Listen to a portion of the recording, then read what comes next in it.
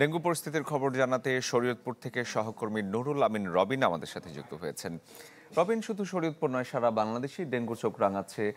শরীয়তপুরের মানুষের মধ্যে আক্রান্তের সংখ্যা কেমন এবং বাকি যা যা তথ্য আপনার কাছে আছে?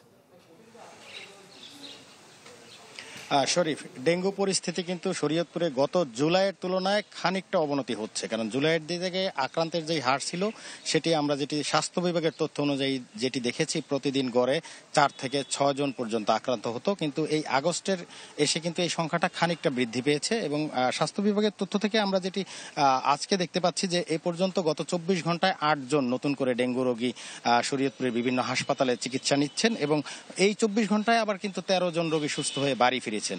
আর এই মুহূর্তে শরীয়তপুরের সদর হাসপাতাল সহ উপজেলা পর্যায়ে যে আরো 5টি হাসপাতাল রয়েছে, এ সকল হাসপাতালে মোট 21 জন রোগী এই মুহূর্তে ডেঙ্গু চিকিৎসা নিচ্ছেন। আর শরীয়তপুর জেলার পুরো চিত্র যদি আমি বলি, গত জানুয়ারি থেকে এ পর্যন্ত শরীয়তপুরে মোট 408 জন ডেঙ্গু রোগী শনাক্ত হয়েছেন। তার মধ্যে 387 জন রোগী কিন্তু সুস্থ হয়ে বাড়ি ফিরেছেন।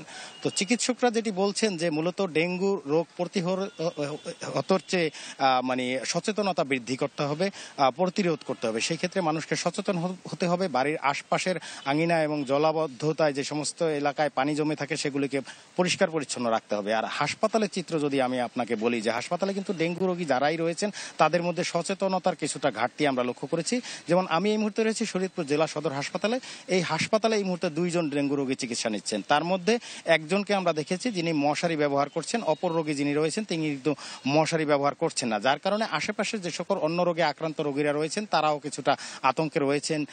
তো মোটামুটি সব মিলিয়ে পৌরসভার পক্ষ থেকে স্প্রে করা হচ্ছে, স্বাস্থ্য বিভাগ প্রচারণা চালাচ্ছে।